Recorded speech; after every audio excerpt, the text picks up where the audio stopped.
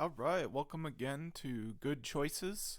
Made some more good choices today. The first good choice I made, which should be very apparent, is I fixed my audio. I was using a headset that I normally wear throughout the day, and it's just when it comes to the microphone on that headset, it's a not a good microphone. So I have this setup that I bought for recording these videos actually and for recording music, and it's just sitting here unused, so it's not that hard to just go and use it. The second good choice I'm making today is I'm leaving the camera off. It's just another piece of inertia when it comes to making these videos where it's one reason not to make the video. My room is messy, my clothes are dirty, I haven't shaved, done basic self-care grooming. I don't want to go on camera, so I'm not going to study today. That's a pretty poor excuse, and that limits your flexibility. I can make this video and then I can go and do self-grooming afterwards. I don't need to do that before I make the video. It's an unnecessary prerequisite, and it leads to less consistent studying. The third good choice I want to make is just go back over the last video and apologize for the audio. Audio has been a big issue on this channel.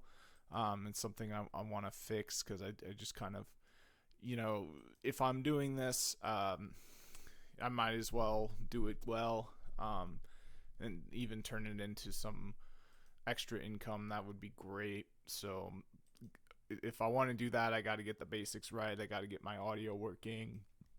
I probably even need to do some editing, get rid of the ums and ahs and tangents and pauses, and shorten my videos. But I just want to take a moment here to teach how you can get more out of these videos. So the best way is if you click the three dots, you should see something called show transcript. So even a video that has really poor audio quality, like this one, if the audio quality is a certain level, it will generate a transcript. So if you can't hear too well, just open the transcript and read along with that. That should help. The other thing is there's this Ask GTP plugin that will summarize the video, and that might be all you need. You can probably even ask it specific questions. So let's say you're going along on yourself and you see Upstart. Now you can come to my video that covers this, and you can say, what does this video say about Upstart?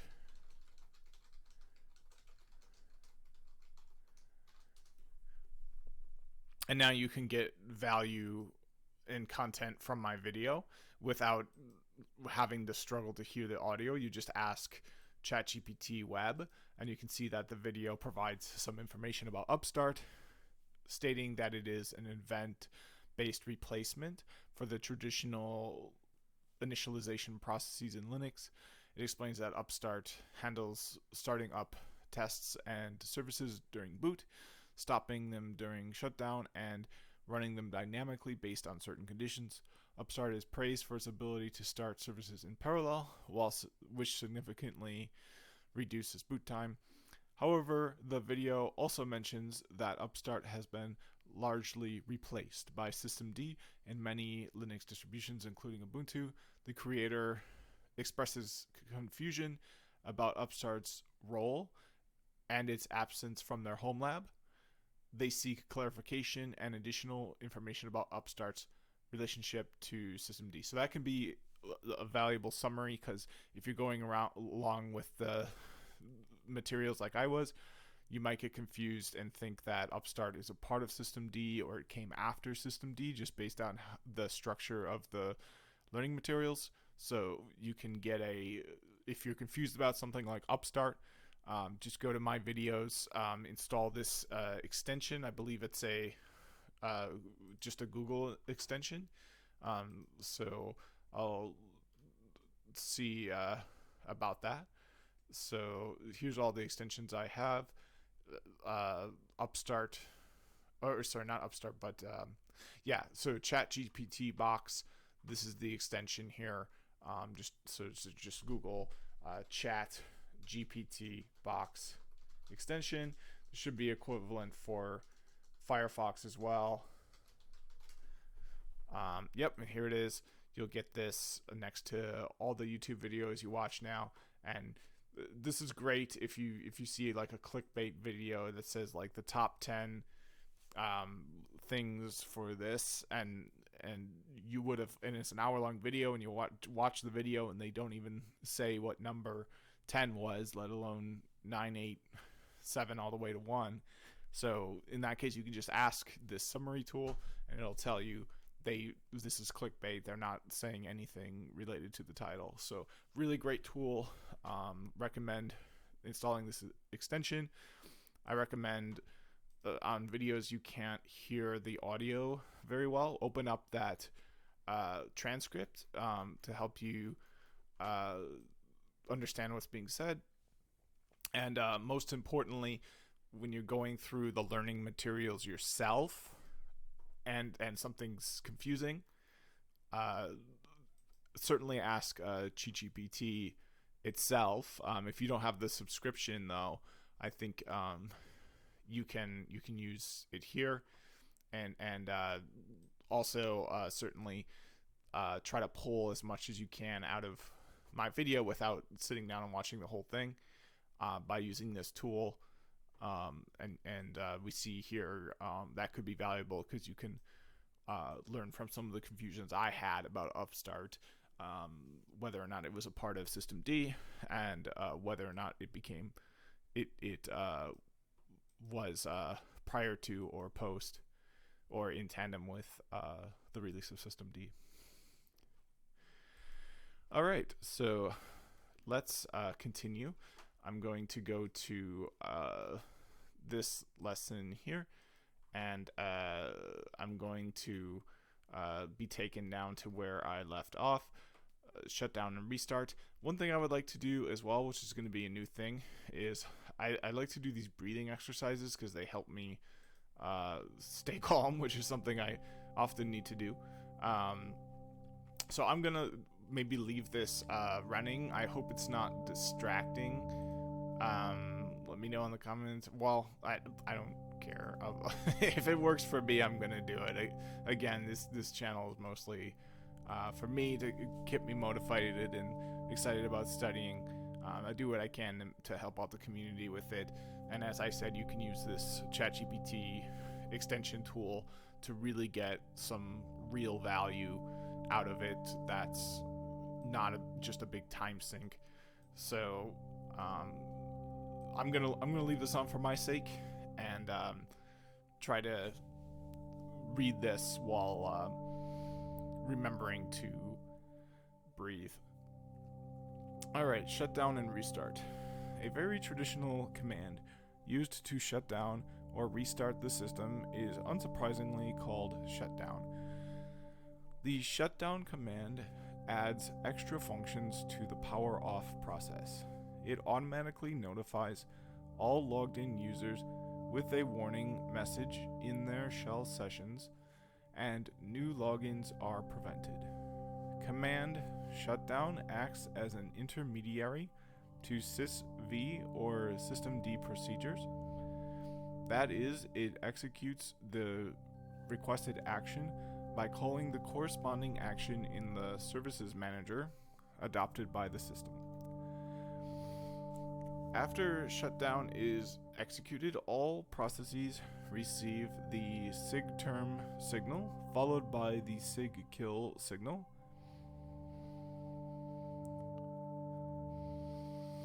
Then the system shuts down or changes its run level. By default, when neither options -H or -R are used, the system alternates to run level 1. That is single user mode.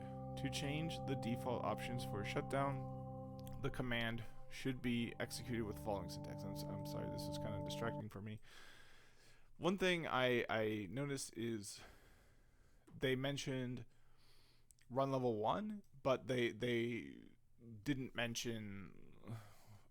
So, we're talking about a command to shut down or restart the system. But how do you issue commands? You use applications to which the commands make sense. And we just read that these can be various things. It can be the legacy version, sysv, kind of the original. The next that came, even though it was out of order in there, was upstart, and that introduced parallel processing, some really big advancements. And then we had systemd. So it's like when they say that a traditional command used to shut down and restart the system is called shutdown. It's just not clear to me because, well, actually it seems fine. I'm just going to read this again now that I'm not distracted by that breathing exercise. A very traditional command used to shut down or restart the system is unsurprisingly called shutdown. The shutdown command adds extra functions to the power off process. It automatically notifies all logged in users with a warning message in their shell sessions, and new logins are prevented. I'm checking my levels here. It could go up a little bit. New levels are prevented. Command shutdown acts as an intermediary to sysv. Okay, there we go. Or systemd procedures. That is, it executes the requested action by calling the corresponding action in the services manager adopted by the system. Okay, so it is clear that this is a command that applies to either sysv or systemd. After shutdown is executed, all processes receive the sigterm signal, followed by the sigkill signal. Then the system shuts down or changes its run level. By default, neither options -h or it should say nor technically -r are used. The system alternates to by default when -h or -r are used. If they're not used, then the system alternates to run level 1. That is the single user mode. To change the default options for shutdown, the command should be executed with the following syntax. Only the parameter time is required. The time parameter defines when the requested action will be executed, accepting the following formats. So HH:MM, this specifies the execution time as hours and minutes. The format +M, this format specifies how many minutes to wait before execution. The word now or +0, and these are all things you can plug into the time parameter here. So the command syntax is shutdown, then various shutdown options such as -h or -r. Then the time, so the time variable can be plugged in these three formats, with the hours, then the minutes, with the number of minutes to wait before executing the shutdown command, or with a immediate execution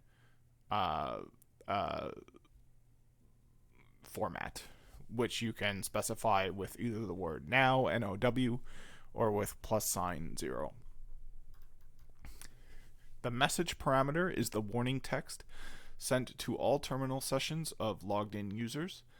The sysv implementation allows for the limiting of users that will be able to restart the machine by pressing Ctrl-Alt-Delete. This is possible by, and this is the sysv implementation. This is possible by placing -a for the shutdown command present in the line regarding Ctrl-Alt-Delete in the /etc/init tab file. That's basically the whole thing. That's the brain of the sysv system, and we reviewed that earlier. It has the syntax that has 4 fields separated by colons. It has the ID, it has the run level, and then it has the action. And then after that, it has the process, and that's related to the action. So like one action you can do is start. So you can start, and then you specify the process you want to start. You can stop the process. You can enable the process to automatically run during boot up. You can disable it from automatically running it during boot up. You can restart it. So that same organizational system, applies to Upstart and sysd as well, but the way in which it is implemented is different than from being contained within this /etc/init tab file. But the sysv implementation does allow for limiting users that will be able to restart the machine. It's possible by placing the -A for the shutdown command present at the line regarding Control-Alt-Delete in that file. By doing this, the users whose usernames are in the /etc/shutdown.allow file will be able to restart the system with the Control-Alt-Delete keystroke combination. So you can limit people who have the power to restart the system just with a keystroke combination down to users you specify. And you can do that by modifying the /etc/shutdown.allow file, assuming that you are using an outdated version of Linux that uses sysv for its service manager. The systemctl command can also be used to turn off or to restart the machine in systems deploying systemd, which is the systemd service manager, so newer systems. To restart the system, the command systemctl boot should be used. To turn off the system, the command systemctl power off should be used. Both commands require root privileges to run, as ordinary users cannot perform such procedures. Some Linux distributions will link power off and reboot to systemctl as individual commands. For example, sudo which power off.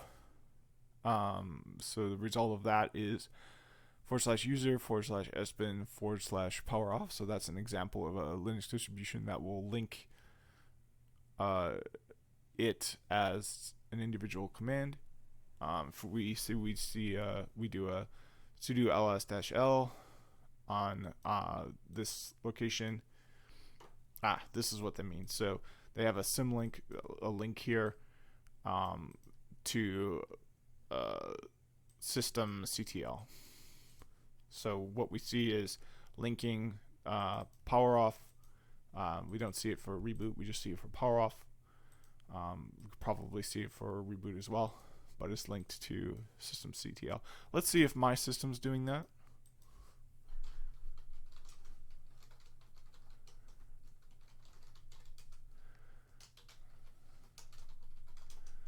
Okay, so I've got my power off folder at a different path. It doesn't start with /user, which is kind of interesting. So let's do the next command, sudo ls-l for seeing more information, the long form.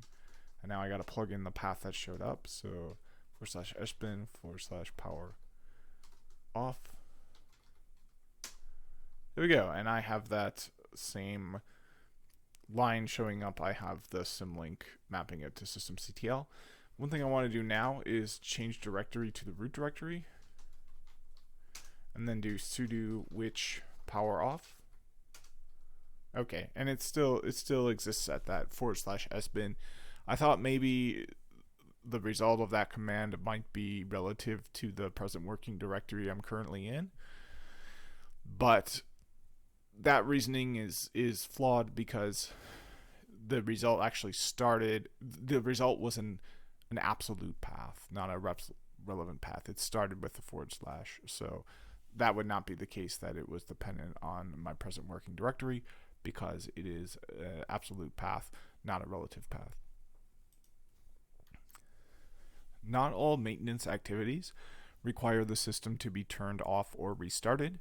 However, when it is necessary to change the system's state to single user mode, it is important to warn logged in users so that they are not harmed by an abrupt termination of their activities, similar to what the shutdown command does when powering off or restarting the system. The wall command is able to send a message to terminal sessions of all logged in users. To do this, the system administrator only needs to provide a file or directly write the message as a parameter to the command wall. So let's experiment with that.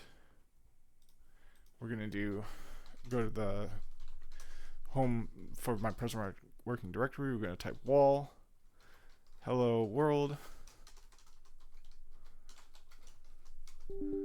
So there we go. We got a broadcast message. Another way we can do wall is echo hello world pipe wall. Does the same thing. You don't really need to do that, but let's make a file. So we're gonna say, or let's try to send this file. So let's look at some options for wall. Because one thing that could be really useful is if you want to send the context of a file to other users. But it looks like that's, oh no, we do have. So we have options, and now you can either choose to send a file or a message. Let's send a file, this wetball project file.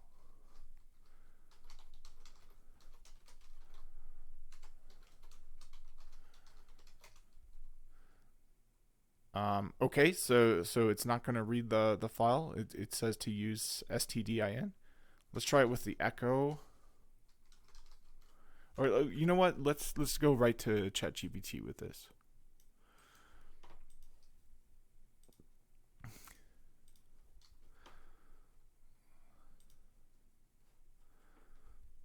And we're just going to put it in raw and see what it says.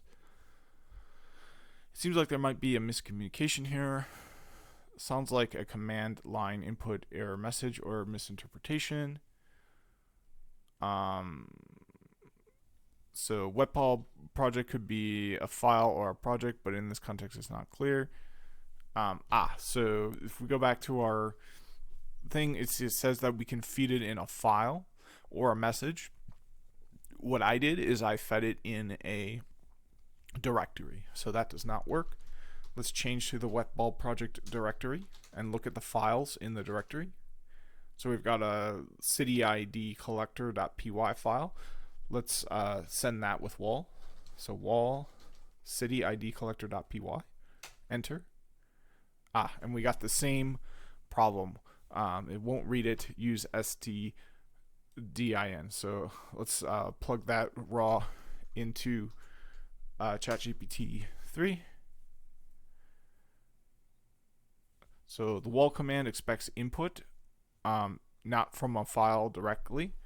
So if you want to broadcast the contents, you need to feed the input of the you need to feed the you need to input to the wall command the output of the file.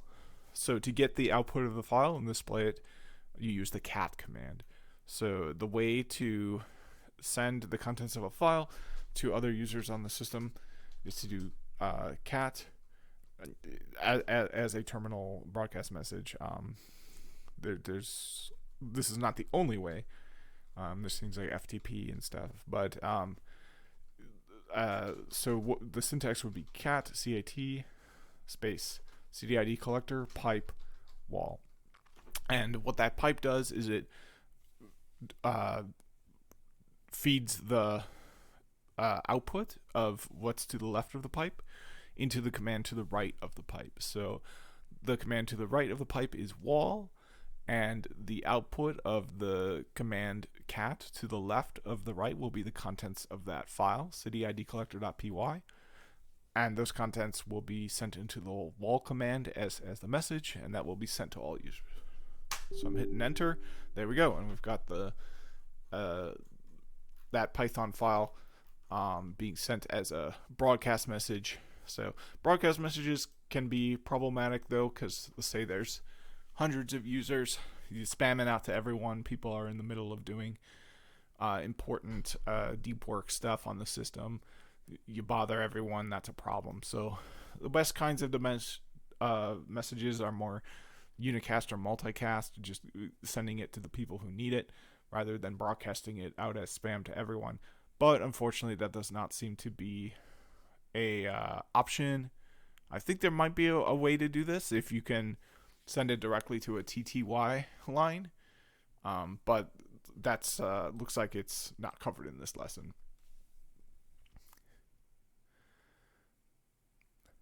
Okay, similar to what the shutdown command does when powering off or restarting the system, the wall command is able to send a message to terminal sessions to all logged in users. To do so, the system administrator needs only to provide a file or directly write the message as a parameter to the command wall. And this is not totally accurate.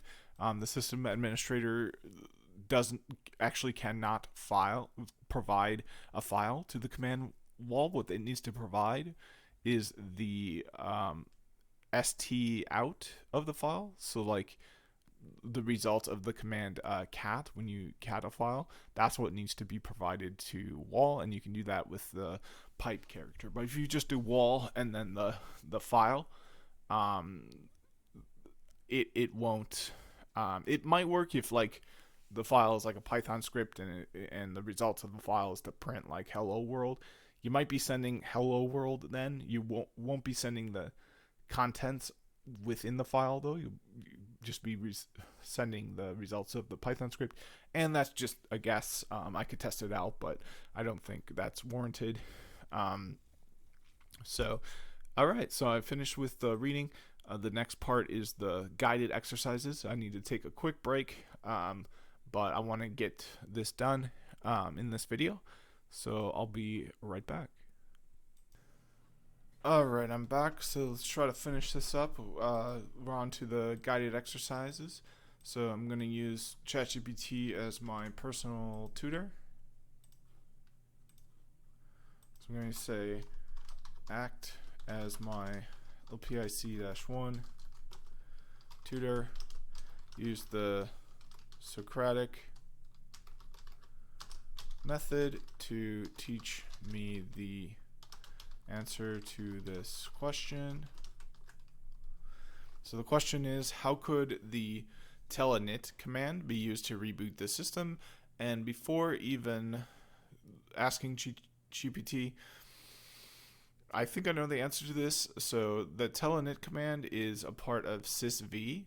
So you could use the telinit command to set the sysv system run level to 6, which is the reboot run level.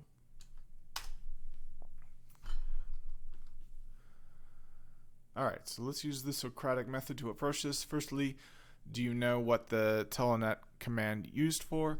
And I will say yes, it is used in legacy Linux systems that still use sysv init for a service manager.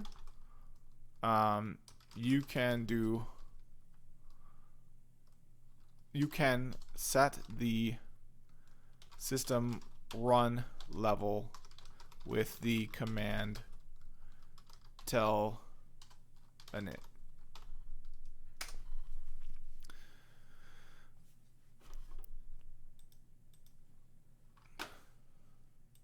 Excellent understanding. Now, considering the usage of telinit to control system run levels, do you know what run levels are? Yes.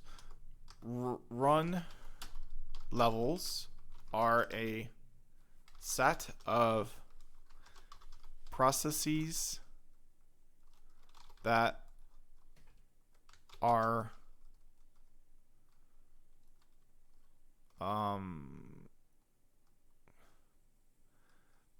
authorized to run on a system. Different levels. The run levels range from 0 through 6, and different levels allow for different system processes.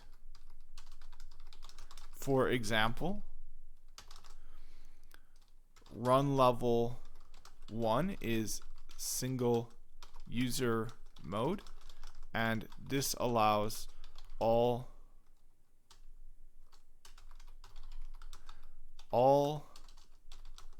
processes that, such as network connectivity, that would allow multiple users access to the system. Great explanation. Now that you know what run levels are, can you recall what the different run levels from 0 to 6 signify in a size-bit system? Yeah, so now I can't remember exactly what they were. I can't remember exactly.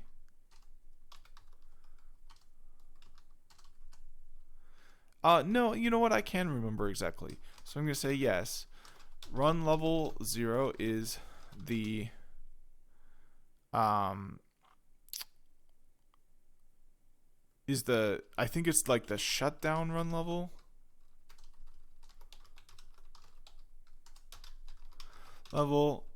A system cannot ever be set to this run level, or else it will immediately shut itself down as its first action when started, resulting in an unusable system.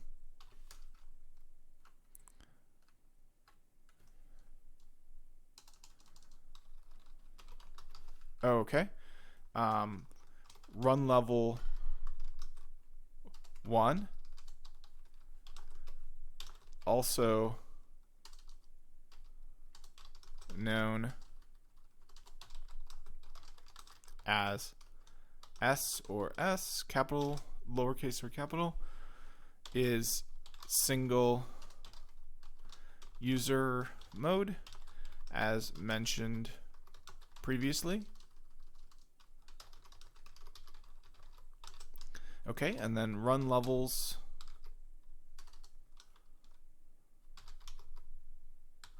2 through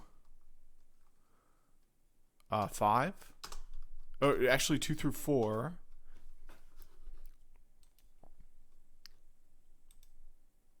So run levels 2 through 4 are the standard multi-user levels that most systems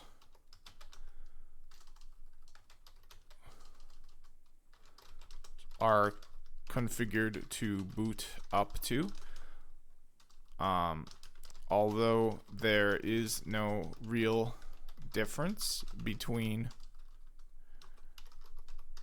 levels 2, 3, and 4, run level 3 is the level most typically used for a multi-user system. Run level 5 is a special multi-user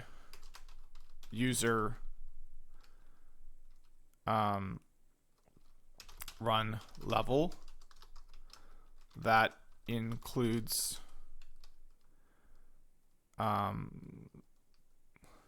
extra processes relating to graphics. Run level 6 is the reboot run level. Fantastic.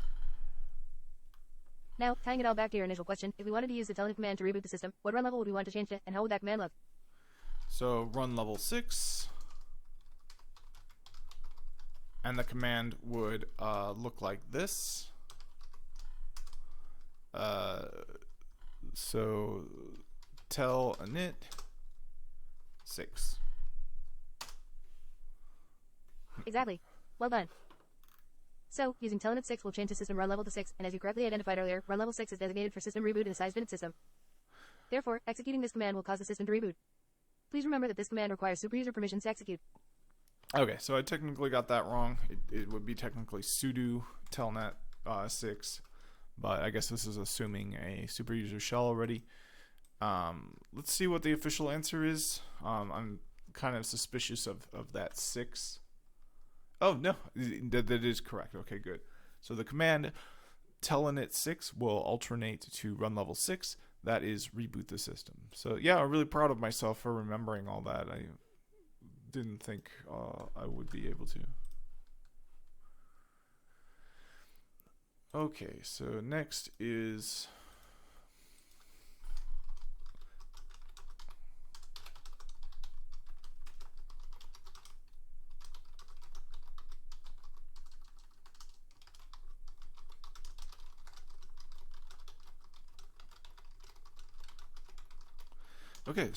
this question. What will happen to the services related to the file /etc/rc1.d/k90 network when the system enters run level 1? So this is a legacy system using sysv init. Run level 1 is single user mode. So my answer, without going through the AI tutor, is it will add a dash. It will append to the, or it will modify the process, like in the process. Yeah. So it will add a dash k to the service in the file.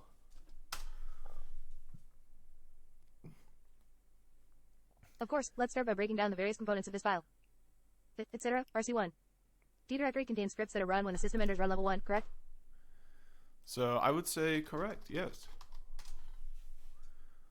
Great. Now let's examine the file name, K90 network. Can you tell me what you think that K in this file name might stand for? I'm going to say it stands for kill. Yes, you're correct. The K stands for kill. Now, how about the number following K, which is 90 in this case? What do you believe this number represents? Okay, I'm going to say that represents the ID of the ID run level action process specification in the sysv init file.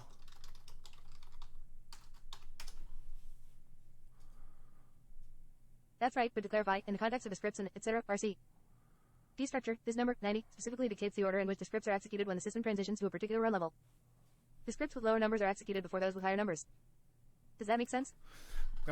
Yes, I was incorrect that 90 is the ID of the action that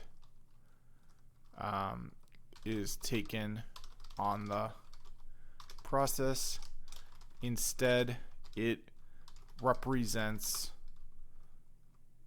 an order of execution for each of the scripts contained within etc rc.d. Correct, and no worries. It's a learning process.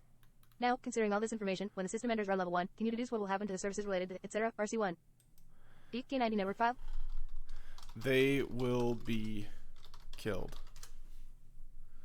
That's correct. In the context of a size V in its system, the K scripts, including K90 network, are used to stop or kill services.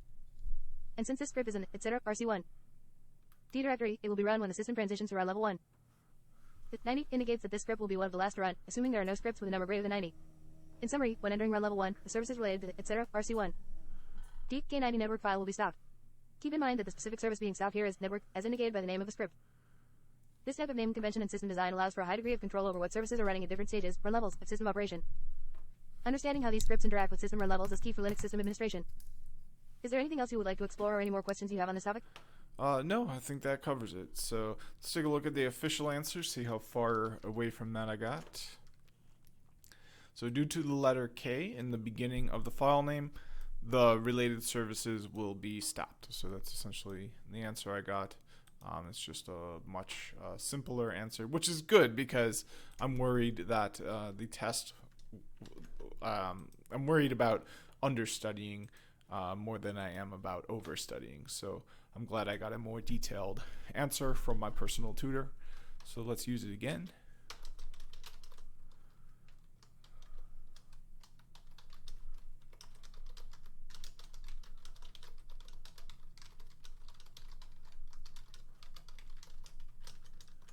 Okay, so the next question is, using command systemctl, how could a user verify if the unit sshd.service is running? So what I think the answer is, without asking the tutor, and I can try this in my home lab, I think the answer would be systemd, and I'll go to my home directory, systemctl status sshd.service. There we go, and we can see the status here is that it is running. So that's my answer. Sure, I can help you with that. The systemctl command is used in Linux to control the system and service manager. It can be used to start, stop, reload, restart, enable, disable services, and also to view the status of a system services. To verify if the SSHD service unit is running, you would use the status option with the systemctl command followed by the name of the service you want to check. In this case, you would run the following command. The command should return an output that includes information on whether the service is active and running. If the service is running, the output will include a line similar to this. This line indicates that the service is active and currently running. If it's not running, the status might read inactive, dead, or possibly failed if there was an issue trying to start the service. Okay, so yeah, this is a straightforward kind of yes or no style question, so really no elaborate explanation is needed. The answer is you would use systemctl status and then specify the unit, which is ssh.service. So let's take a look at the official answer. The official answer says you can use the command systemctl status ssh.service. But this is kind of interesting.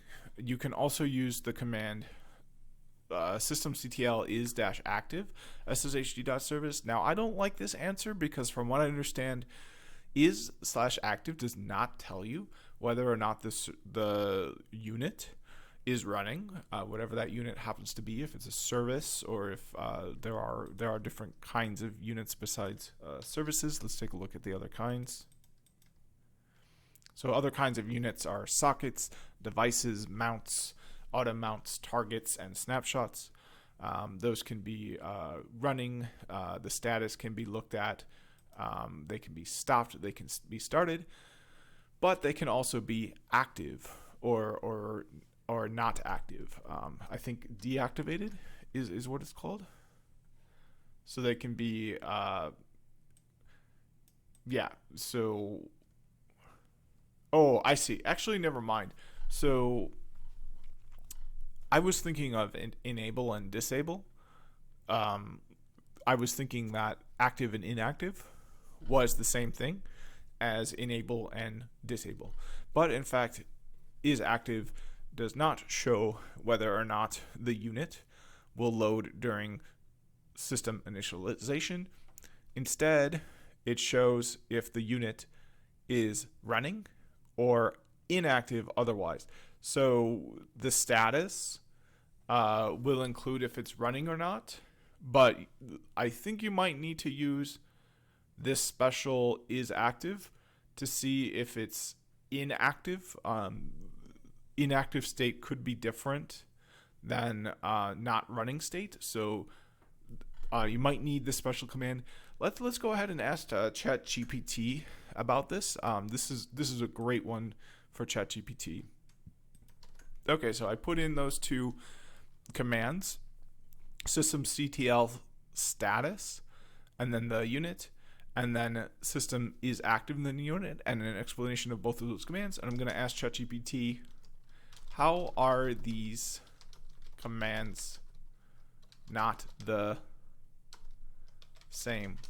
Why is there the need for both of them?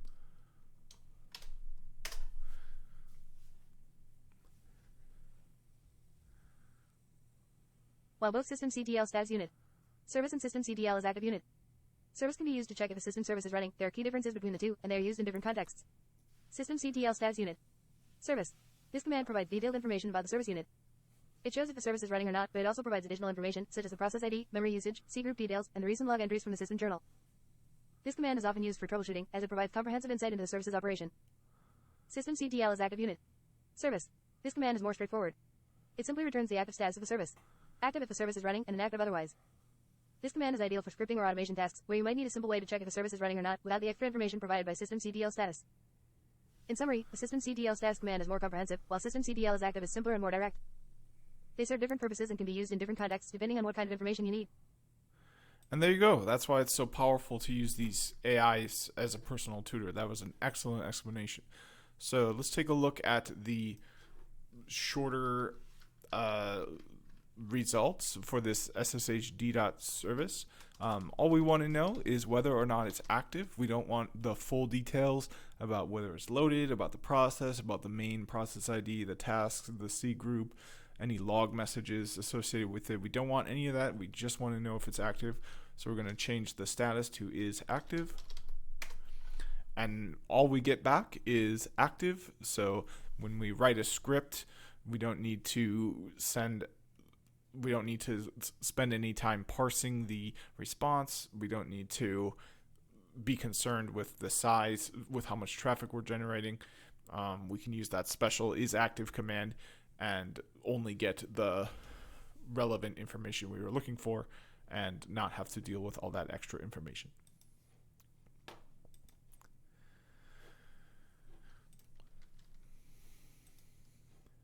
All right, so let's take a look at the okay, so that was the official answer. The official answer was more comprehensive than my answer because it included the fact that you can use either status or inactive to verify if a unit is running.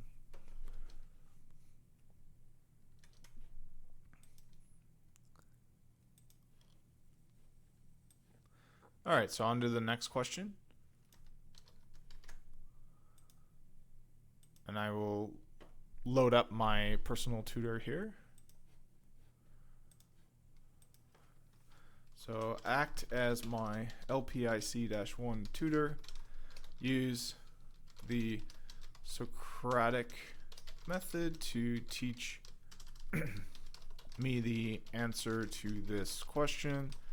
And the question is, in a system D-based system, what command must be executed to enable activation of the unit ssh.service during system initialization? So this is where I got confused. I believed that the command was something like active, but in fact the answer is enable. But I'm going to see if the tutor guides me through that. Sure, I'd be happy to guide you through this using the Socratic method. First, let's start with some basic understanding. Do you know what system is and what it's used for in a Linux system? Yes, System D is a service manager used to run actions on the computer, which spawn processes. Most notably, System D is required to automatically run actions upon boot up of the system, so that the system is pre-prepared to be usable by human users.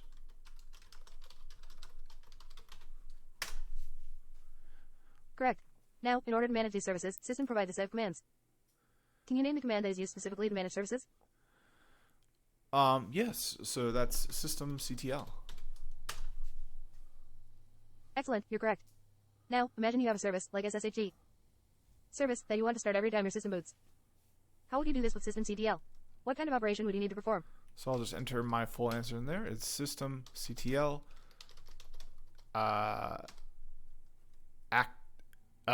enable, not activate. This is where my confusion was.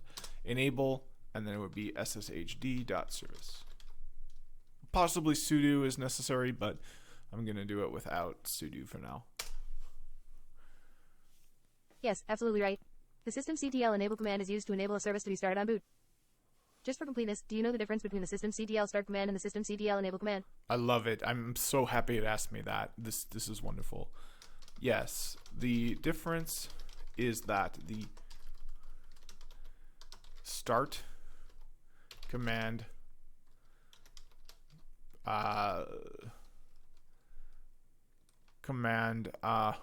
runs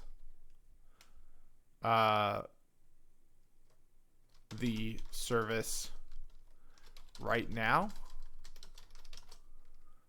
upon issuing the command, but the enable command does not start the service now, but it enables, but it sets up the service to be started automatically upon the next boot up of the system. Exactly, you got it. The systemctl start command starts the service immediately, while systemctl enable configures it to start a boot. So, to answer your original question, to enable activation of the unit SSHD service during system initialization on a system-based system, you must execute the command systemctl enable SSHD service. Your understanding of these concepts is solid. Well done. Is there anything else you'd like to know about this topic, or any other Linux-related questions you have? Nope, that's it. Let's take a look at the official answer. Okay, I see.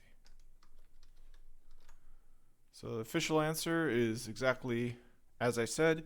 Systemctl enable sshd.service, disable, activate, those sorts of words. Active, disabled, those are for whether it's running here and now.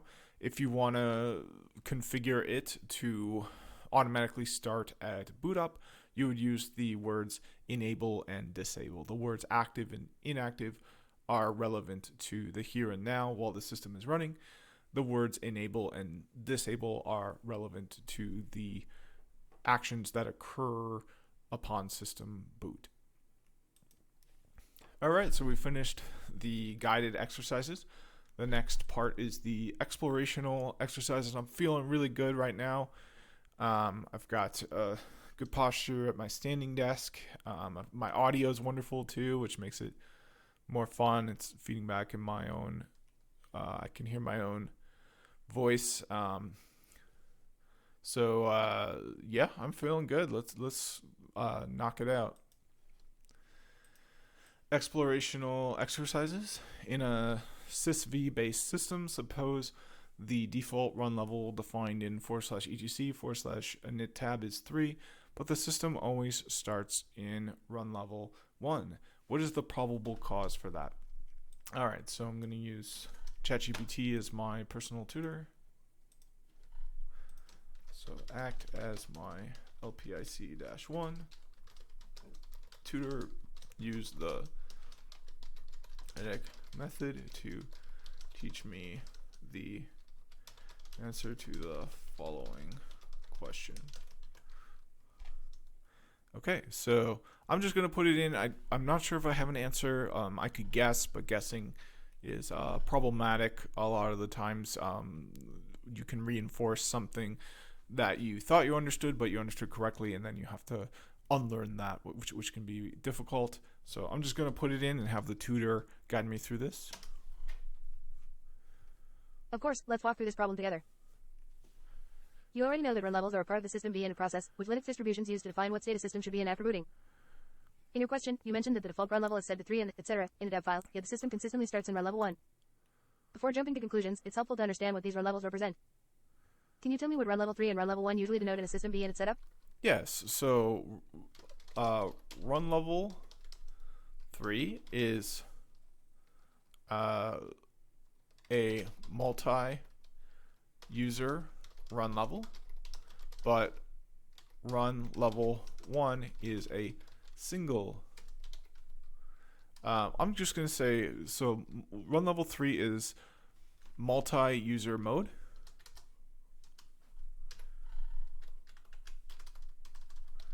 And then run level 1 is single user mode. Correct. Run level 3 typically starts the system in multi-user mode with networking, while run level 1 starts the system in single-user mode, primarily used for system maintenance tasks. Now, considering that the system is booting into run level 1 instead of a specified default run level 3, let's explore some possibilities. One possible cause is that the system encountered issues while trying to boot into run level 3 and dropped down to run level 1 for maintenance. Can you think of what kind of issues might prevent the system from booting into run level 3? Yes, failure to start the networking processes.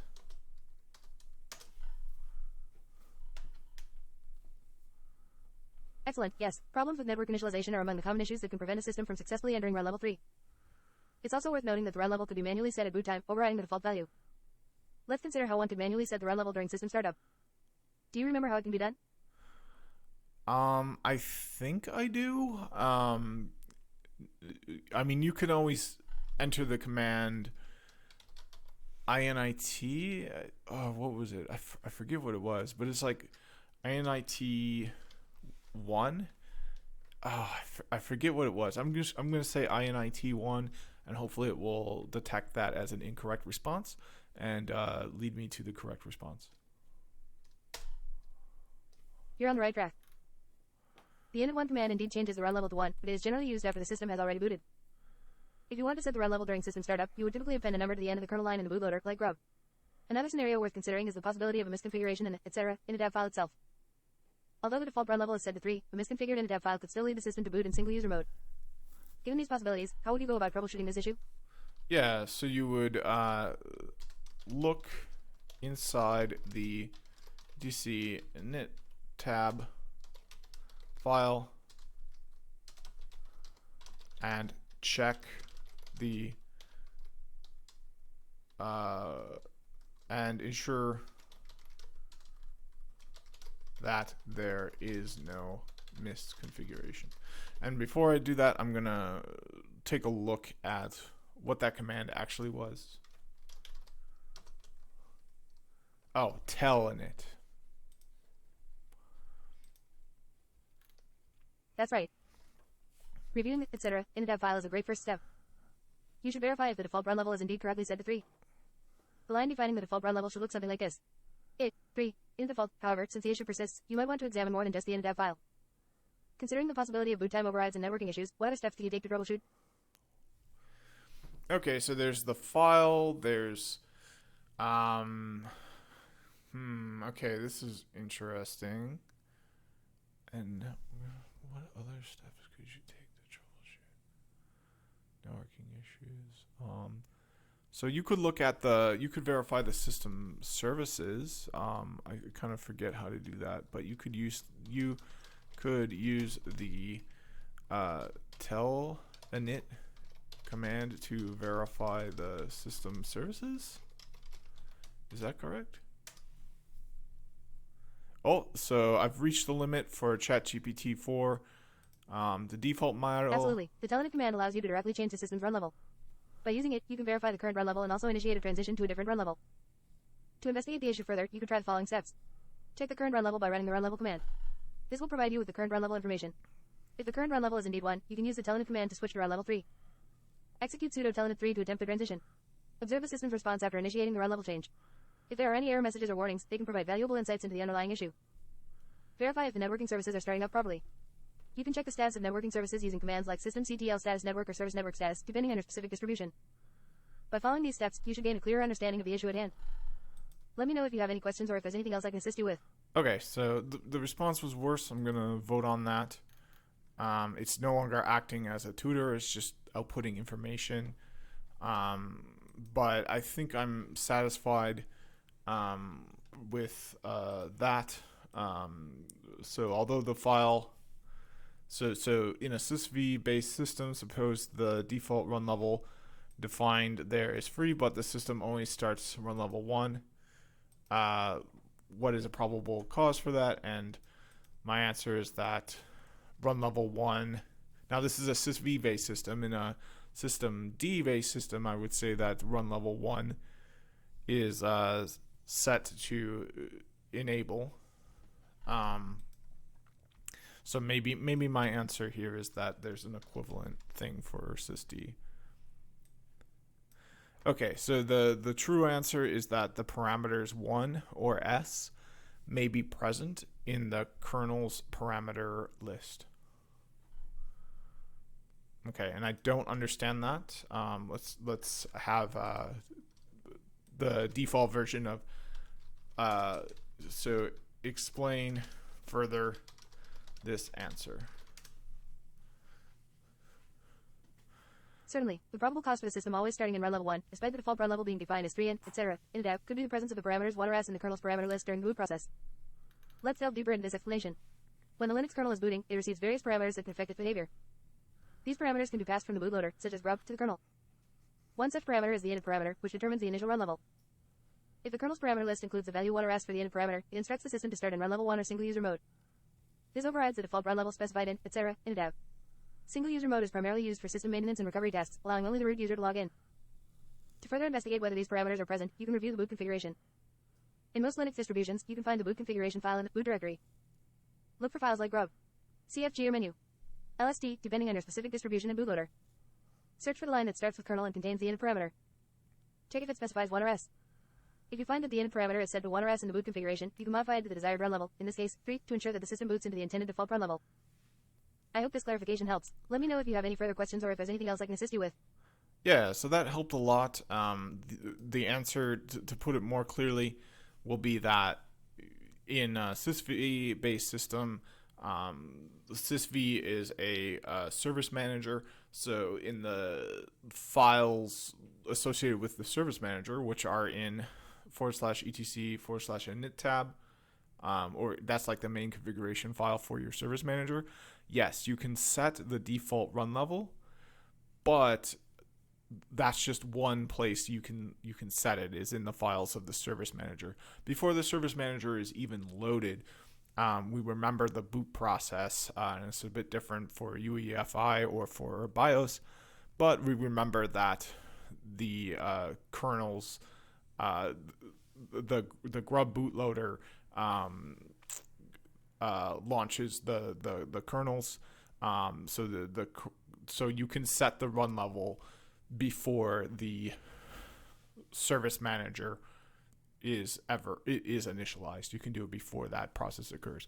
And you do that by setting it in the kernel's parameter list. So if you set a different run level in the kernel's parameters list than you do in the service manager, the kernel's parameter list will take precedence because during the boot process, the kernel is initialized before the service manager.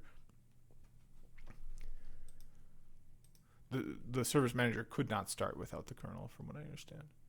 It's basically a application of the kernel. So like the kernel starts,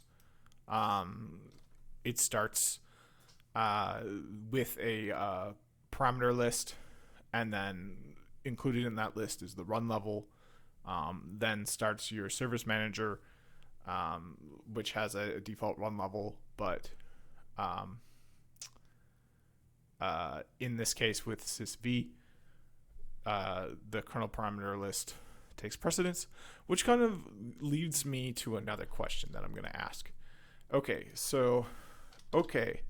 so does this mean that in fact you cannot set the run level of a system using sysv, since it will always be overwritten by the kernel parameter setting?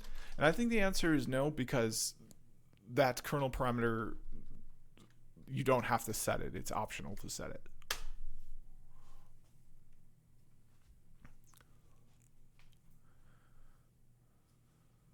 No, that's not entirely accurate. While the kernel parameters can influence the initial run level during the boot process, they do not necessarily override the run level settings defined in the sysv init system, as specified in, etc., init. The kernel parameters, such as the init parameter, provide an initial configuration for the kernel during the boot process. They can be used to specify the desired run level or other boot time options. However, these parameters do not typically persist beyond the boot process. Once the system has booted, the sysv init system takes control and determines the current run level based on the configuration in, etc., init. The default run level defined in, etc., init is used when the system starts without any specific run level specified by the kernel parameter. Therefore, if you set the default run level to 3 in, etc., init, the system should normally start in run level 3, unless overridden by specific kernel parameters. It's worth noting that different Linux distributions may have variations in their boot process and init systems, which can impact the behavior of run levels and kernel parameters. So, it's essential to consider the specific distribution and its documentation for precise details. In summary, the sysv init system defines the default run level, while the kernel parameters can provide an initial configuration that influences the boot process, including the initial run level. Okay, so that's kind of a confusing answer here. Really not clear, but I'm satisfied with the answer that you can present parameters to the kernel that might interfere with the settings you have in your service manager. Okay, so next question. Although the file /sbin/init can be found in systemd-based systems, it is only a symbolic link to another executable file. In such systems, what is the file pointed by /sbin/init? So I'm gonna ask that to ChatGPT.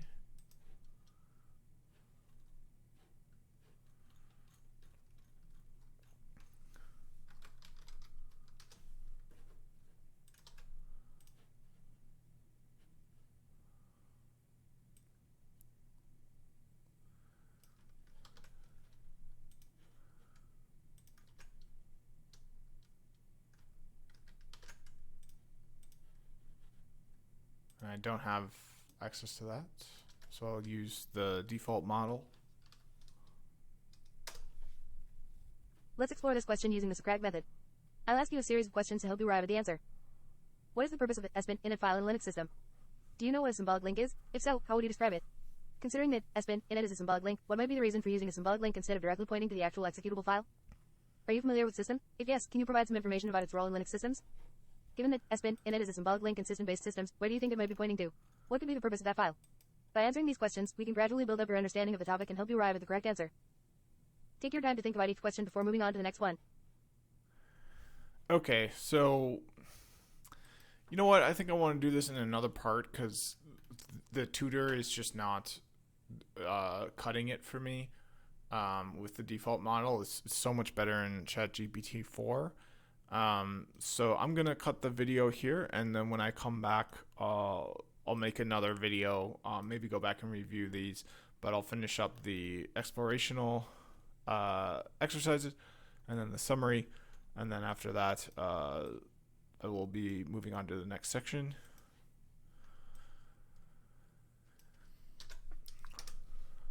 Okay, so here we go. Yep, that's it for this video. Thanks for watching, and see you in the next one.